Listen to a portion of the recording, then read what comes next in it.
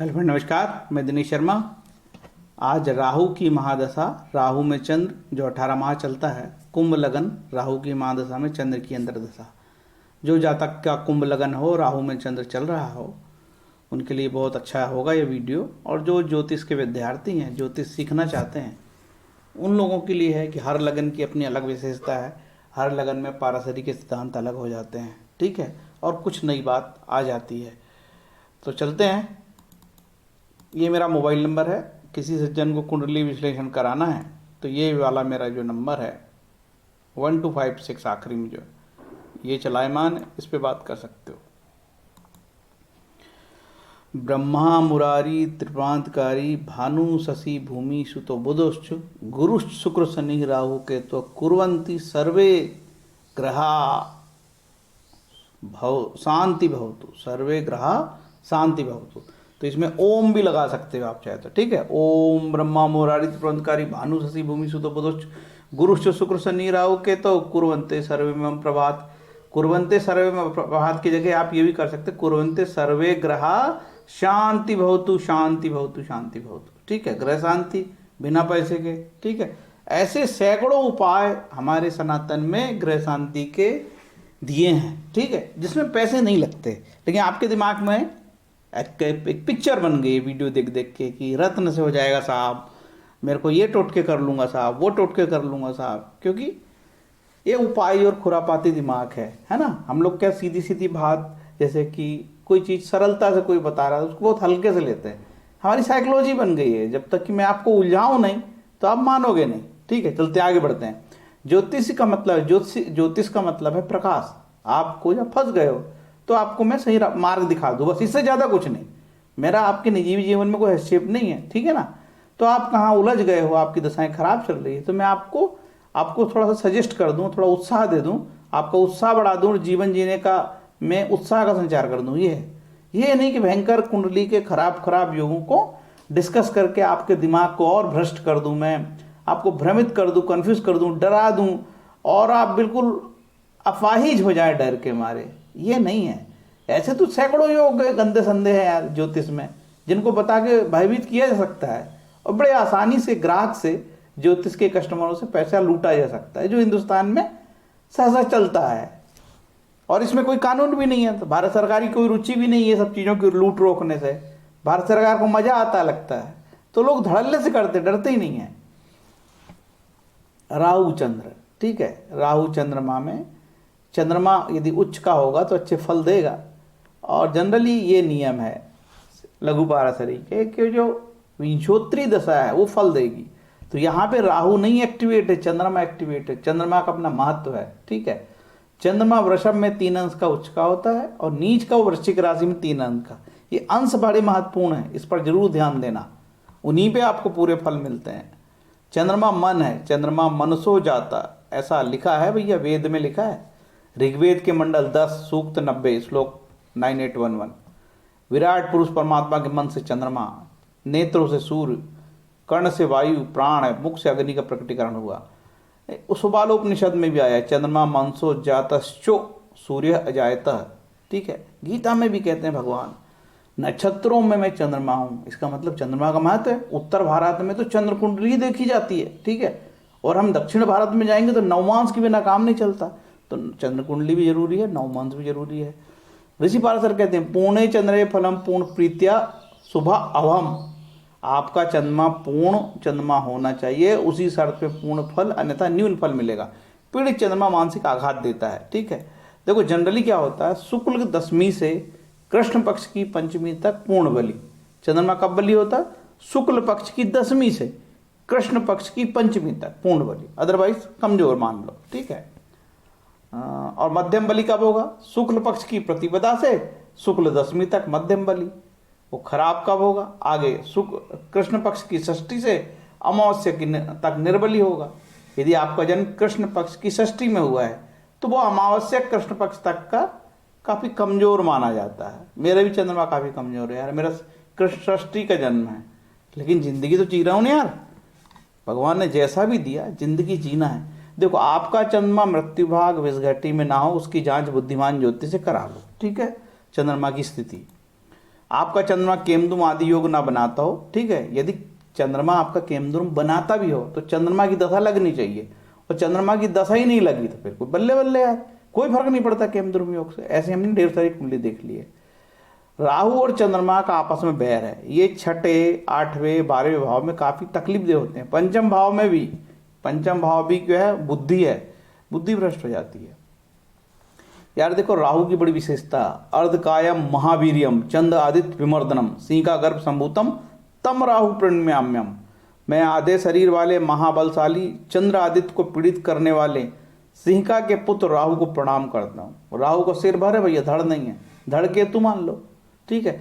तो जब राहु चंद्रमा और सूर्य का मान मर्दन कर देता है, विमर्दन कर देता है, ठीक है, उनको पीड़ित कर देता है, तो हम तो आम आदमी हुए, हमें भी तकलीफ दे सकता है, आपको भी दे सकता है ना। कोशिश करता हूँ कि जल्दी जल्दी बता दूँ यार, लेकिन वीडियो ना लंबा हो जाता है, इस बात का मुझे काफ़ी खेद और तकलीफ रहती है, क्योंकि जनरली भाई लंबे वीडियो लोग नहीं देखना चाहते।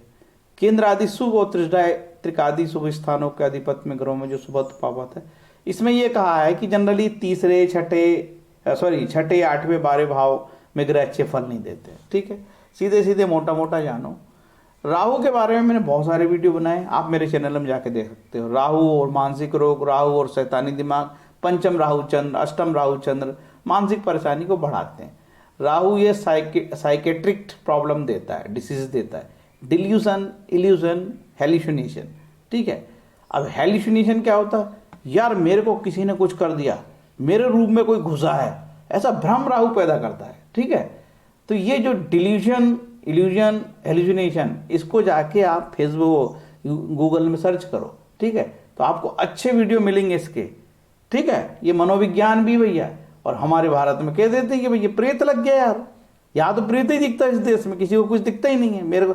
मेरी दुकान में जादू कर दिया किसी ने, हाँ सब फालतू हैं, आपकी दुकान में जादू करने के लिए बैठे हैं, किसी के पास काम ही नहीं है। तो ये फालतू चीज राहु के कारण से आ जाती है कई बार, ठीक है। ज्योतिष जनरली मैं किसी को भाग्यवादी नहीं बनाना चाहता, कर्मवादी बनाना चाहता हूँ। उठो जागो लक्ष्य प्राप्ति तक रुको मत, उत्तिष्ठ जागृत प्राप्य वरानि बोधत, स्वामी विवेकानंद ने कहे थे, अपने मन से नहीं कहते, काट उपनिषद में दिया है उसमें, ठीक है।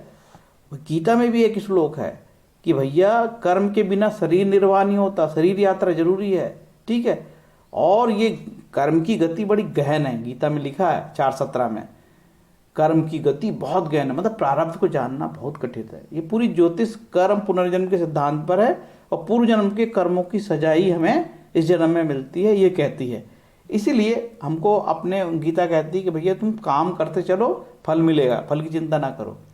लगातार पाप ग्रहों की दशाएं कष्टप्रद होती है, राहु, चंद्र, शनि, मंगल, केतु, इस तरीके से। राहु तमस है, ठीक है, इसका आप ध्यान दो, राहु तमस ग्रह है। जब राहु एक्टिवेट होता है तो ये दुनिया भर की चीजें, डिपार्टमेंट इंक्वायरी, इनकम टैक्स, छापा जप्टी, पॉइजन, कंस्पिरेसी, सुसाइड अटेम्प्ट, फांसी लगाना, लोकायुक्त, विजिलेंस, ईओडब्ल्यू, फेरा, FEMA, MLA, anti corruption bureau, सरकारी लोगों का डिपार्टमेंट इंक्वायरी, कोई बात, the prevention of corruption act के तरह छापे आपे आदि, ठीक है। या फिर ये इन्फोर्समेंट डायरेक्टरेट के चक्कर, टैक्स चोरी में, है ना। राहु के बहुत अच्छे भी हैं, राहु बुरा है तो खराब, अच्छा भी है। राहु गंगा स्नान करता है 9वें 10वें में, कई बार 9वें 10वें में ग्रह हो राहु और उसकी गंगा स्नान हो जाता है उसकी उसमें अंतर्दशा में, है ना। तो राहु चंद्रमा मानसिक परेशानी देता है, इसको रोक के थोड़ा सा आप लोग देख लेना यार, ठीक है। कितना बताऊं यार। अब देखो चंद्रमा के 3 नक्षत्र, रोहिणी, हस्त और श्रवण, यदि इन तीनों नक्षत्र में आपका चंद्रमा है, रोहिणी में, हस्त में, श्रवण में, तो चंद्रमा मुदित है, अपने नक्षत्र में है ना। अब चलते हैं, ये राहु का कारकत्व है, इसको आप रोक के देखना पड़ेगा, ये नहीं बताऊंगा यार मैं। और ये चंद्रमा की कारकत्व है, इसे भी रोक के देखो, ध्यान से देखो। जो कारकत्व का मतलब ये होता है चंद्रमा इस तरीके का फलित आपको दे सकता है, कारकत्व पढ़ो अच्छे से। और ये जो है उत्तर कालामत का कारकत्व बहुत बारीक है, इसको थोड़ा ध्यान से पढ़ो आप, है ना। यहाँ पे मैं लघु पारसरी के सिद्धांत के आधार पर फल कहने का प्रयास करूंगा, थोड़े थोड़े आपको हिंट दूंगा, पूरी कुंडली थोड़ी दिखाऊं यार मैंने आपका। जनरली ये बोला है कि भैया चंद्रमा यदि उच्च का हो, स्वराशि का हो, नवमांश में अच्छा गया हो तो अच्छे फल देगा। यदि चंद्रमा आपका राहु से 5, 9, 11 में, 5वें, 9वें, 11वें में हो तो अच्छे फल। यदि दशापति राहु से चंद्रमा 6, 8, 12 में हो तो कष्ट फल। चंद्रमा यदि जनरल लग्न से दूसरे और 12वें भाव में हो तो अपमृत्यु का भय, ठीक है। इसके लिए ऋषि पाराशर ने बोला कि गोदान और महिष दान करना, मतलब गाय और भैंस का दान, जो काफी महंगा उपाय है। हम ये नहीं करेंगे, ना बताते किसी को, 1-1 लाख रुपए की गाय, 1 लाख की भैंस, ठीक है। तो हम इसके लिए चावल का दान बताते हैं, चंद्रमा शांति के लिए चंद्रमा का बीज मंत्र बताते हैं, भगवान शिव की आराधना बताते हैं, शिव शास्त्र सहस्त्रनाम बताते हैं, माँ दुर्गा की आराधना बताते हैं, शक्ति पूजा बताते हैं, दुर्गा सप्तशती का पाठ बताते हैं, और तो और सिद्ध कुंजिका स्तोत्र, तंत्रोक्त देवी सूक्तम, दुर्गा कवच, इससे लाभ हो जाएगा, कोई पैसे खर्च नहीं होंगे आपके, है ना। देखो षडाष्टक हो आपस में राहु और चंद्रमा तो काफी खराब फल देता है, वैसे ही 2-12 भी। अब बताते हैं कि राहु, सूर्य और चंद्रमा को अष्टमेश होने का दोष नहीं लगता, ऐसा कहा जाता है। यहाँ पे चंद्रमा आपका षष्ठेश है, ठीक। अब यहाँ से अपना वीडियो चालू।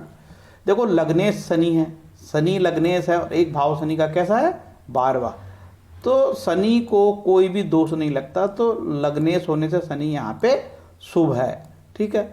अब बोलोगे इसका रत्न जनरली मैं बताता नहीं हूँ, लेकिन पूरी दुनिया पूरी उल्टी हो चुकी है, सबको रत्न चाहिए। ऋषि पाराशर ने, जिसने एस्ट्रोलॉजी लिखा, उसने उपाय में रत्न नहीं लिखा। भारत का 99% एस्ट्रोलॉजर रत्न बता रहा है, तो क्या ये सही है? मैं नहीं बताता यार। अब आप पहनना ही चाहते हो तो लग्नेश का रत्न, शनि का हीरा नीलम है, आपको लगे तो पहन सकते हो। एक शर्त ध्यान रखना, शनि 6, 8वें और 12वें में ना हो, ठीक है, और शनि नीच का ना हो। अब कुछ लोग ऐसे हैं कि यार शनि उच्च का तो भी हीरा पहन लिए। अब मूर्खों की कमी थोड़ी हिंदुस्तान पे। अब ऋषि पाराशर ने उसको उच्च का मान लिया तो क्यों पहन रहे यार।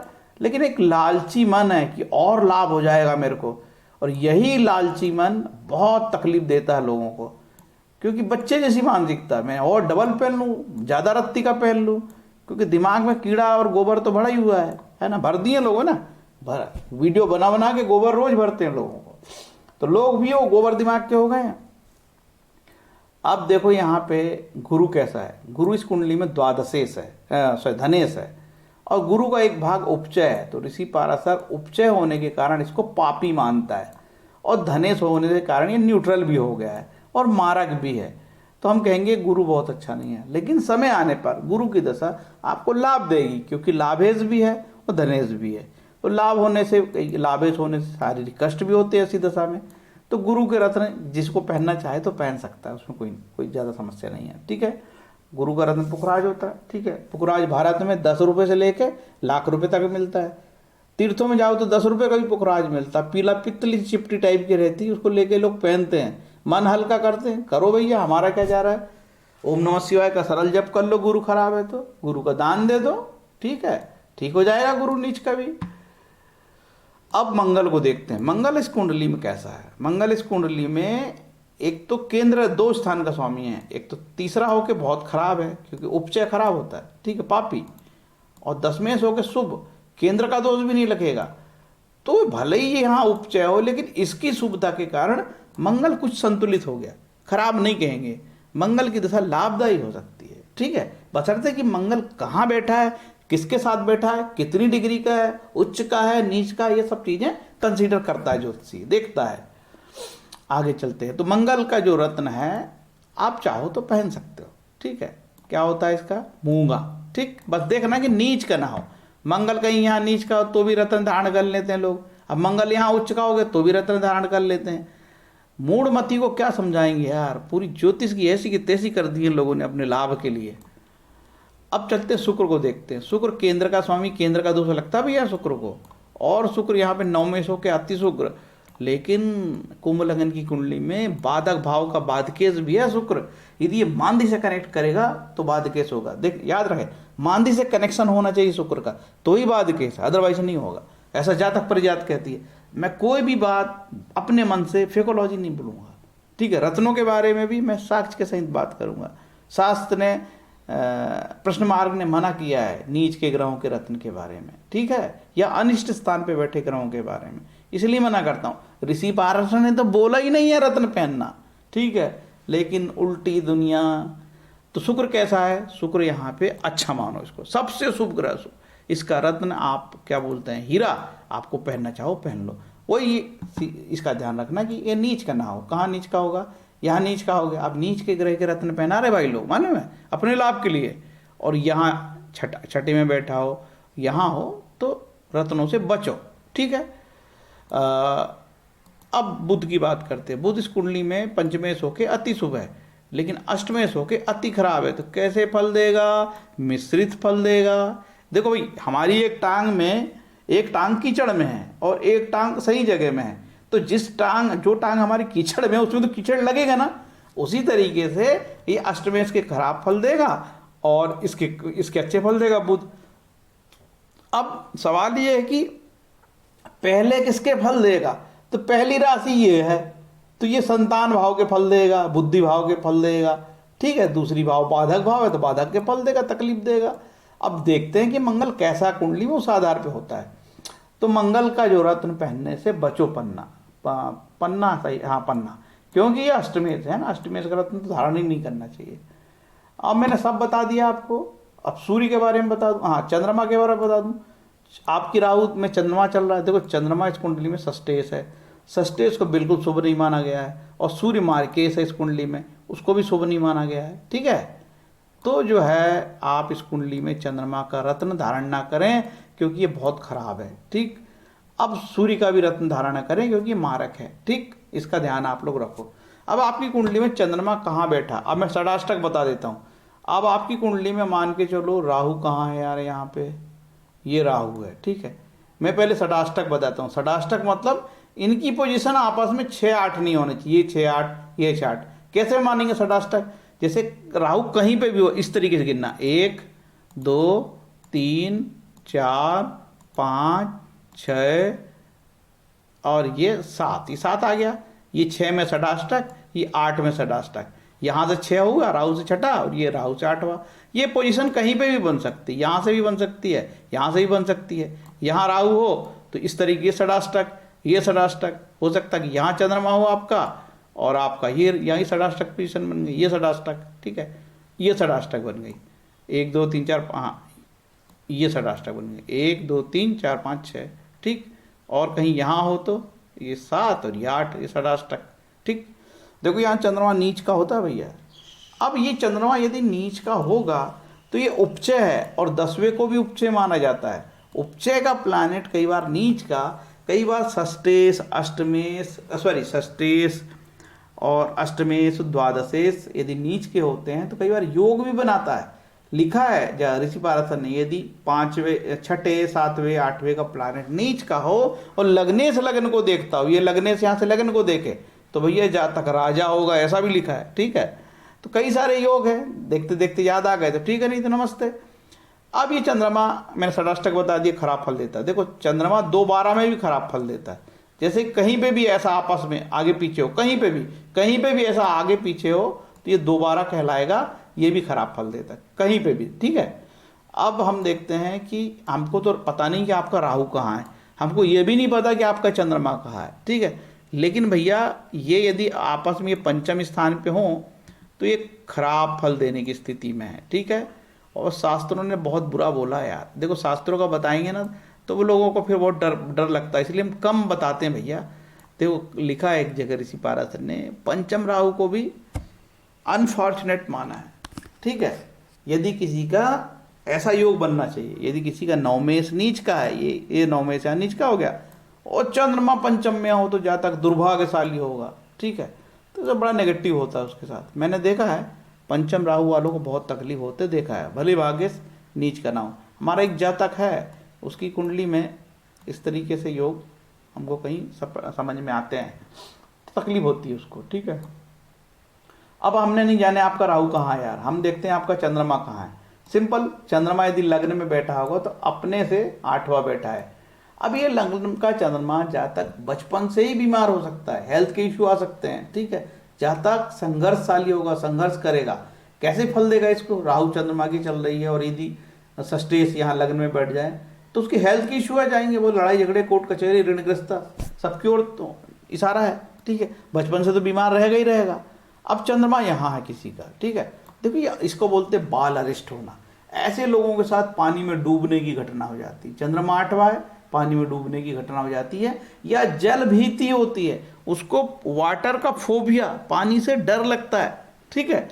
अब यहाँ बता दिया, तो ये अच्छी स्थिति नहीं है। चाहे राहु कहीं हो, चंद्रमा यहाँ होगा तो ये दशा खराब चलने वाली है। अब बोलोगे साहब विपरीत राज हो गया, देखो नाम ही विपरीत राज होगा।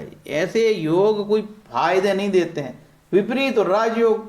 अब मतलब आदमी थोड़ा बहुत कमाया, 100 रुपये कमाया और 90 रुपये बांट दिया, तो 10 रुपये में से क्या करेगा यार आदमी, ठीक है। तो वो यूज़ नहीं कर पाता विपरीत राजयोग का पैसा। आप चलते हैं यहाँ, और यहाँ हो तो अब सस्ते से यहाँ होगा तो पिता स्थान में गया, तो भैया सस्ते से अपने कारकत्व लेके वहाँ चला गया। धार्मिक यात्रा करोगे तो विघ्न आ जाएंगे, लड़ाई झगड़ा, कोर्ट कचहरी, एक्सीडेंट, कुछ भी हो सकता है।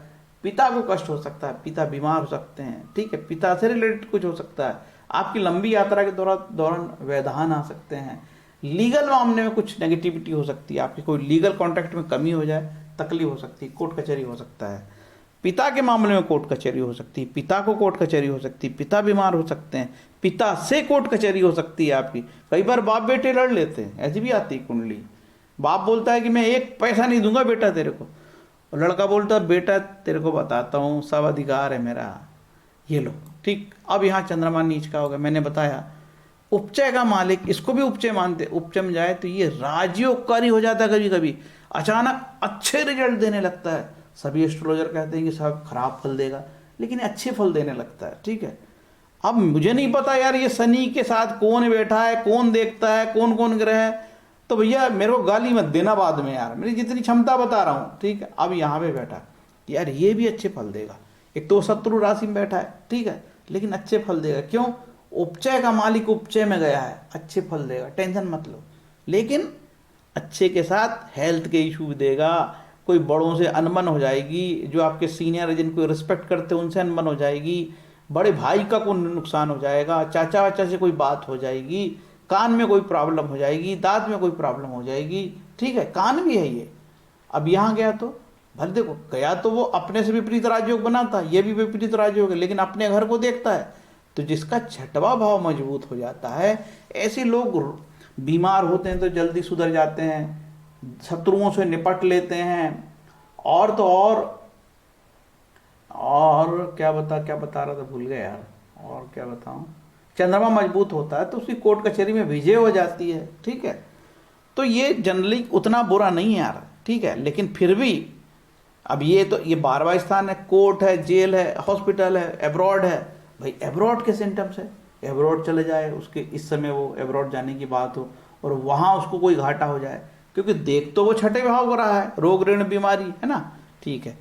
ऐसी दशा में राहु चंद्रमा चल रहा हो तो कोई भी जातक, यदि आपका कोर्ट कचहरी में मामला चल रहा हो, राहु कहीं पे भी हो, चंद्रमा कहीं पे भी हो, अगर कहीं बैठा, भले ही नीच का हो भले ही उच्च का हो, कोर्ट कचहरी में जीतने के चांसेस बनते हैं भैया, यदि सस्टेज की दशा हो तो। ये खास सूत्र बता रहा हूँ, राव साहब ने बताए, मेरा नहीं है। अभी मैं देख रहा था, एक हमारे गुरु को एक पानी पी पी के, एक कमीना दिल्ली का पानी पी पी के गाली दे रहा था। बहुत बुरा लगता है, दिल्ली के लोगों को बहुत कष्ट हुआ था के.एन. राव साहब से, क्योंकि दिल्ली और नोएडा, गुड़गांव, ये सब लूट की दुकानें चलती हैं ज्योतिष के नाम पे, लाल किताब के नाम पे, भयंकर गाली देते हैं पानी पी पी के। राव साहब ने बोला काल सर्वयोग फर्जी है, जो कि ऋषि पारस ने बताया ही नहीं। सही बात बताए, राव साहब बोलते हैं कि नगनगीना फर्जी है, ऋषि पारस ने बताया ही नहीं, ठीक है। तो इनको बहुत तकलीफ होती है भयंकर, क्योंकि इनके धंधे उसी से चलते हैं। अब यहाँ पे देखो, अब यहाँ पे मैंने बता चुका हूँ, ठीक। फिर भी ये बहुत अच्छी पोजीशन नहीं है, आदमी बीमार हो जाएगा यार। और ये इससे क्या होगा मालूम है, जातक जिंदगी भर लड़ाके स्वभाव का होगा, उसके जीवन में उलझन बहुत होगी, संघर्ष बहुत होगी, लड़ने का ही मूड में रहेगा। और कहीं ऐसा हो जाए तो, शनि यहाँ आ जाए तो राशि परिवर्तन, जिंदगी भर ये लड़ता रहेगा कुत्ता फजीती, ठीक है। अब ये बोलते हैं यहाँ आ गया, तो इसके बारे में कोई बहुत बुरा तो नहीं बोला है, लेकिन ये अपने से 9वां चला गया, ठीक है। तो हो सकता है कि प्रॉपर्टी के लिए कुटुंब में कोई, कुटुंब के ऊपर कोर्ट कचहरी में कोई ये पैसा खर्च करे, ठीक है। प्रॉपर्टी में कोई वाद विवाद हो, उसमें पैसे इसको खर्च करने पड़े कुटुंब को लेके, ठीक है। और कुटुंब में जातक का जो व्यवहार है लड़ाकू हो जाए, पटे ना आपस में। अब यहाँ देखते हैं, अपने से उपजेगा, ये बहुत अच्छी पोजीशन है। चंद्रमा की दशा बहुत अच्छे फल देगी। अब राहु की पोजीशन मैं नहीं जानता, राहु कहाँ है, वो डिपेंड करती है कि राहु कहाँ है। यदि राहु यहाँ बैठा है, ठीक है, और यहाँ बैठा है, ये तकलीफ दे वाली है। और राहु शनि मंगल से पीड़ित हो तो ज़्यादा तकलीफ। अब राहु यहाँ पर पॉजिटिव बताया मैंने, छोटे भाई से रिलेटेड कोई मामला, ट्रैवलिंग, कम्युनिकेशन वाले मामले, छोटी यात्राएं होगी, और ये चीज़ें आपको फायदेमंद होगी। राहु चंद्र आपको ये फायदेमंद होगा, कोई नुकसान नहीं होगा आपका, ठीक है, पॉजिटिव होगा। यहाँ उच्च का हो गया, सिंपल है यार। यदि कोई ग्रह उच्च का है तो अच्छे फल देता है। कोर्ट कचहरी की विजय हो जाएगी, जीत जाओगे, ठीक है, विवाद से कोई प्रॉपर्टी मिल जाएगी, मामा की का कोई पॉजिटिव होगा, माँ का पॉजिटिव हो सकता है, ठीक है, घर में कोई बड़ा वाहन खरीद सकते हो, लग्जरी वाहन खरीद सकते हो, ठीक है, बहुत ज़्यादा का बड़ा सुंदर सुशील घर हो सकता है, अच्छा घर हो सकता है, लग्जरी घर हो सकता है। यहाँ अब ये जो है ना सस्टेस यदि यहाँ आता तो जातक का पुत्र ही दुश्मन हो जाता है, जातक को पुत्र से लड़ना पड़ता है कई बार, पुत्र या फिर संतान हानि भी होती कई बार। ये अच्छा योग नहीं है। सस्टेस का पंचम में जाना लड़ाकू बुद्धि हो जाती है, जातक जिंदगी भर लड़ेगा, खुरापाती करेगा, तेज दिमाग जलाएगा।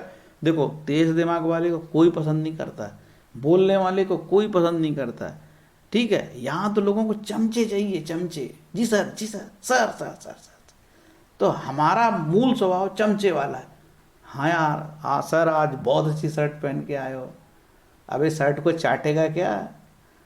चलो तो ये अच्छा नहीं है, ठीक है। अब यहाँ कैसे होगा भाई, इसकी पत्नी लड़ाका हो सकती, पत्नी से झगड़ा हो जाए, कोर्ट कचहरी हो जाए, रिश्ता टूट जाए, ठीक है, ये अच्छा नहीं है। या पत्नी बीमार है, परेशान हो जाए जातक, ये देखो यहाँ, ठीक, ये विपरीत राजयोग। लेकिन भयंकर कष्ट, क्रॉनिक बीमारी लग जाए, ऐसे चंद्रमा क्रॉनिक बीमारी होगी, सुधरे ही ना, जातक परेशान हो जाए। यार सब बता दिया मैंने घुमा घुमा के चारों तरफ, जितनी बुद्धि है। 27 मिनट हो गए, इतना बड़ा वीडियो को जनरली भारत की जनता परेशान नहीं करती। भारत की जनता को चाहिए रील, 3-4 सेकंड में पूरी बात मैं सुन लूँ, इसके बाद मैं जंप करके दूसरा देखने लगूँ, काम की बात है ना। कोई बात नहीं, दुनिया है यार, सबको शॉर्टकट चाहिए। तो भैया ये हो गया। अब 4-5 मिनट की और थोड़ी बकवास सुन लो, इसके बाद घर में जाके खाना खाना आप बढ़िया, ठीक है। अब ये यहाँ पे कुंभ राशि में नवम भाव में जो है बाद के इसको भी बता दिया, रत्न का बता ही चुका हूँ।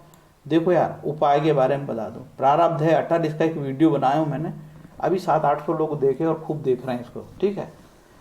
प्रारब्ध अटल है, अब उपाय समझ गए हो कि प्रारब्ध अटल है, इसका ये मतलब नहीं कि कोई उपाय नहीं, ईश्वरी प्रार्थना करोगे लाभ होगा, लेकिन प्रारब्ध नहीं बदलता, ये बड़ा कष्टप्रद बात है। देखो भगवान का नाम लेने से लाभ होगा। रामचरितमानस में लिखा है, भाय कुभाय अनख आलसहु, नाम जपत मंगल दिसी दसहु, सुमिरी सो नाम राम गुण गाथा, करऊ नाई रघुनाथ ही माथा। मतलब बालकांड चौपाई 27, ठीक है, दोहा नंबर 27, चौपाई से 1। अच्छे भाव, प्रेम से, बुरे बैर से, क्रोध से, आलस से, किसी तरह से भी नाम जपने से 10 दिशाओं में कल्याण होता है। उसी परम कल्याणकारी राम नाम का स्मरण करके और श्री रघुनाथ जी को मस्तक नवाकर मैं राम जी के गुणों का वर्णन करता हूँ। भगवान का नाम जप को, राम का लो, कृष्ण को लो, सीता का लो, राधा को लो, जो लेना लो, आपका गुरु मंत्र, आपका ग्रह शांति हो जाएगी।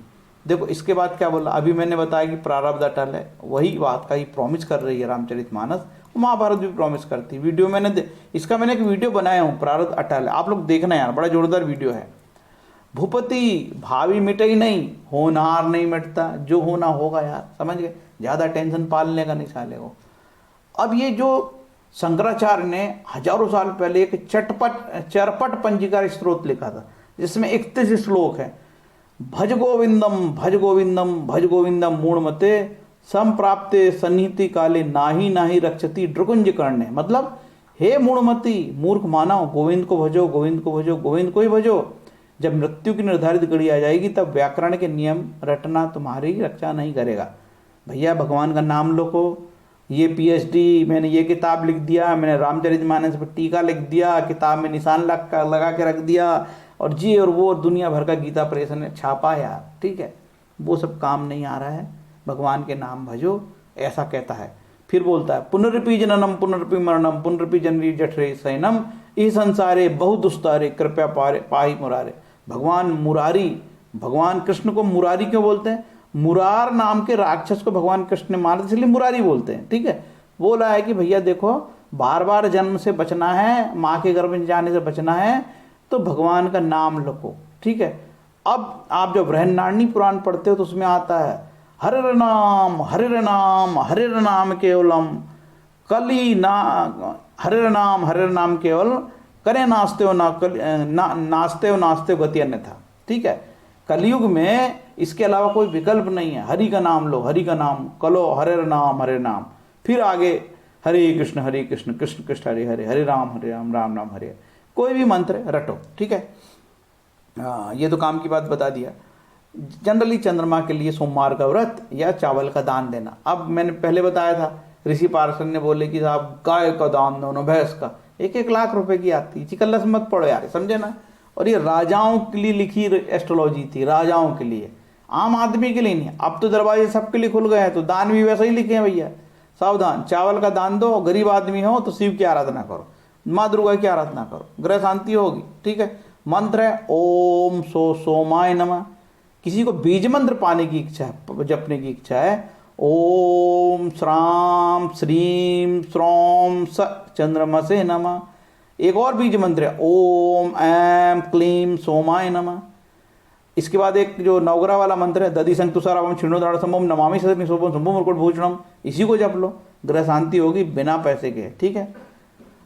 मैंने आपको सरल सरल उपाय बताए हैं अपना रिश्तेदार समझ के, समझ गए ना। लेकिन रिश्तेदार को बोलेगा ये तो फुकट का बता रहा है, मैं तो रत्न ही पहनूंगा, मैंने पहले से बना के रखा है, मैंने सबके रत्न बना के रखे हैं, सूर्य के, चंद्रमा के, मंगल के, मेरे बाप के पास ज़्यादा पैसा है साहब। जब वो हमारा क्या जा रहा है। राहु कवच से भी ग्रह शांति होती है। राहु स्त्रोतम, ये है चंद्रमा के 25 नाम, इससे भी ग्रह शांति होती है। यह है चंद्रमा का कवच, इससे भी ग्रह शांति होती है, ठीक है। राहु के दान, ठीक, ये राहु के दान, ये राहु के दान, फटाफट बता रहा हूँ भैया, मैं बहुत समय नहीं दे रहा हूँ। इसमें लिखा है यार कि अनिष्ट मतलब 6, 8, 12 में स्थान बैठे ग्रहों के रत्न धारण नहीं करते। फेमस ग्रंथ है प्रश्न मार्ग भाग 2 अध्याय 22 श्लोक, उसमें बोलता है अनिष्ट स्थान में स्थित ग्रहों के शांत्यर्थ धारण करने योग्य रत्न और दान की वस्तु नहीं देना चाहिए। यदि आपका 6, 8, 12 में चंद्रमा हो, ना दान देना है ना रत्न पहनना है। क्या करना है? केवल मंत्रों का जप करना है। वो चंद्रमा से वाला नाम बताया ना, सरल सरल, वैसे। तो इतना ही मेरा ज्ञान है, बाकी तो बहुत सारी चीज़ें मैं नहीं बताऊंगा आपको यहाँ। और क्या है, वही श्री कृष्ण गोविंद हरे मुरारी हे नाथ नारायण वासुदेव, भगवान का नाम जपो, ऐसा करो, ठीक है। ज़्यादा टेंशन मत पालो यार। और नवदा भक्ति बताई से ग्रह शांति होती है, नवदा भक्ति से। श्रवणम कीर्तनम विष्णु श्रवणम पाद सेवनम अर्चनम वंदनम दास सख्यात्म निवेदन।